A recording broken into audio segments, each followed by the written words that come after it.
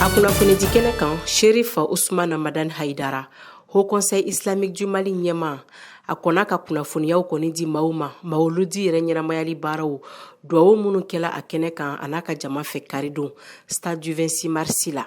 Kuma falenfalenw yɛrɛ senfɛ sa ani kunnafonidilaw cɛ, Sherifa Ousmane Madani Haidara a ye ɲɛfɔli kɛ ka kɛɲɛ ni politiki maa 11 minnu minɛna olu ka bilali okumu kɔnɔ.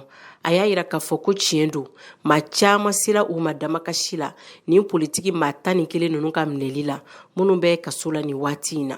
Ko nka k'olu kɔni y'u seko bɛɛ lajɛlen waliya nin ko in na, ko in kan ka se yɔrɔ yɔrɔ la ko a ko kɔni sela ye olu bolo, ko nka k'olu kɔni dan ye u se ye, k'u se ye min ye k'o de ye kuma ye, k'olu tɛ juge ye, k'u tɛ se ka fosi kɔni yɛlɛma faamaw ka décision na, ko n'o tɛ ko taama caman kɔni kɛla u fɛ nin ko in na.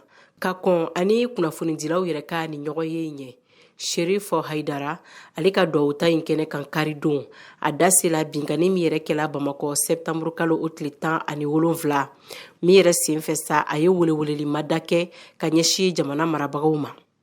Mais an b'a fɔ an ka faamaw ye nka hakili b'a yɛrɛ ɲini, a ye ko ta a bolo la, a ye ko ta a sɛbɛ la, a bɛ siran mun ye jamana in mun y'a ci ka kɔrɔ min ka di min ye bɛɛ b'a ta fɔ nka anw ka misiriw kɔnɔ anw ka diinɛ wajulikɛyɔrɔw la dɔwɛrɛ ti fɔ fagali kɔ, dɔwɛrɛ ti fɔ joli bi bɔn kɔ, dɔwɛrɛ ti fɔ jihadi bi kɛ kɔ. Aw tulo bɛ nin bɛɛ la. N b'a fɔ an ka sɔrɔdasiw ye olu de bɛ fanga na bi, fanga ye dɔ bɛ na dɔ bɛ taa ye, foyi tɛ se k'o bali foyi. U ka u janto fɔtaw la, o dama tɛ u ka sɛgɛsɛgɛliw kɛ.